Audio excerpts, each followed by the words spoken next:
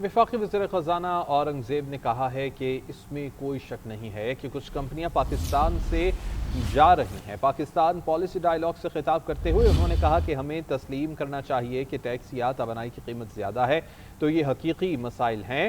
انہوں نے کہا کہ ڈیوٹیز کو معقول بنانا اور کاروباری لاگت کم کرنا ہوگی۔ وفاقی وزیر برائے منصوبہ بندی احسن اقبال نے بھی کہا کہ پاکستان کو دنیا کی ٹاپ 10 معیشتوں میں شامل کرنے کا ہدف ہے۔ تمام مسائل کا حل جنگ نہیں بلکہ ڈائیلاگ ہے۔ پاکستان ایک پرامن ایٹمی ملک ہے، دنیا بھر میں JF-17 تھنڈر طیارے فروخت کر رہا ہے۔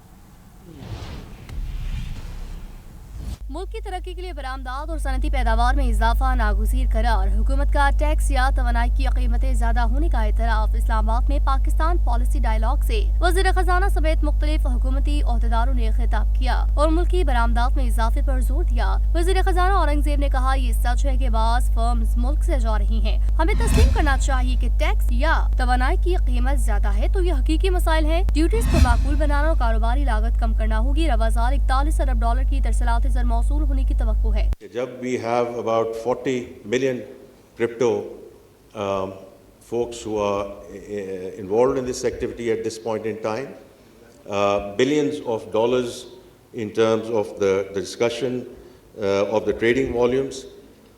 So whatever we have done in terms of PWARA and what we are doing there, I do think is going to be very important because it ticks a lot of boxes.